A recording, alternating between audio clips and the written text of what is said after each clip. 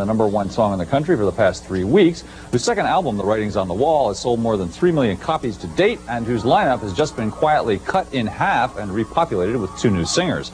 This has prompted a big lawsuit by the 2 booted ex-members against the group and its manager, who happens to be the father of lead singer Beyonce Knowles. Here are Chris Connolly and John Norris with both sides of the story. At first we started out real cool. It wasn't something that happened suddenly, like at the spur of a moment. It was something that had been going on.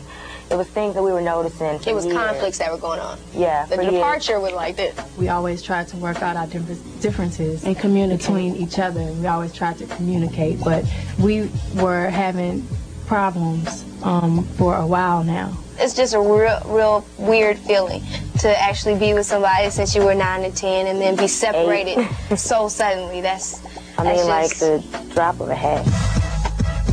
But how and why could this have possibly happened?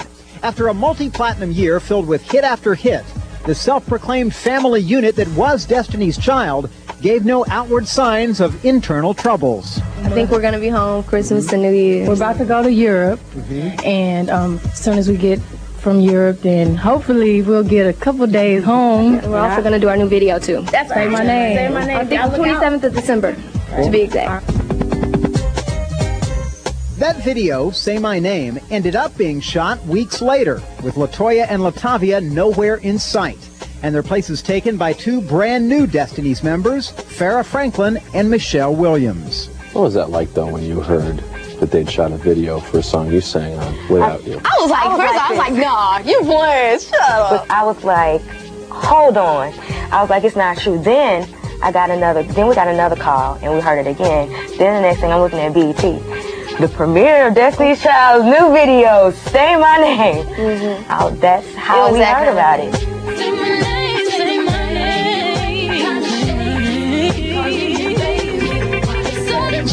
name. They were very, very aware of everything before it was done.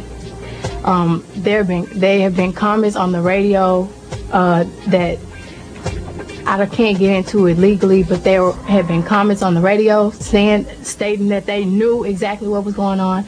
I called them personally and said that I would be a bigger woman and call them and confront them about everything.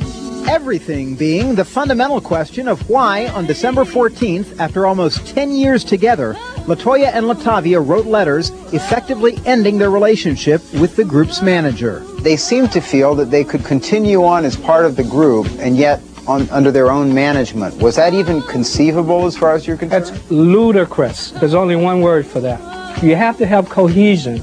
Columbia Records is not going to deal with 2 managers. That's not going to happen. That's not real world.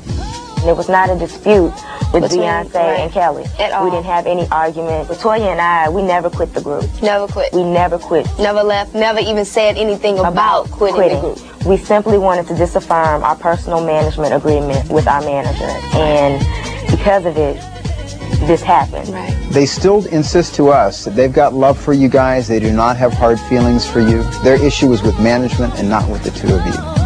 Well, they slapped a nice lawsuit on us. Yeah. So That's a lot of love. That's some hard love, isn't it?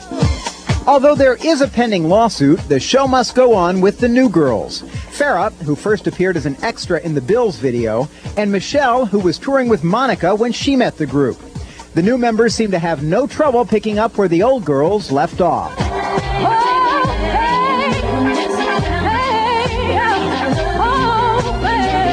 Everything has just been gelling together. It's also taken a lot out of them to teach us what they've been doing for 10 years in a month. You can't even tell that they're new. They're just as good. You can't tell. My opinion is they should have kept the original group. When they got the new girls, I was like, whoa, they fit in.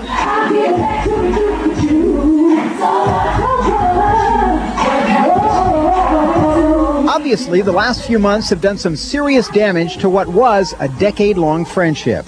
So, is there any hope the 2 sides will ever speak again outside of a courtroom? I hold no grudges. One day, I pray that we can be friends again. But I'm just happy that we found these new members and we're still able to continue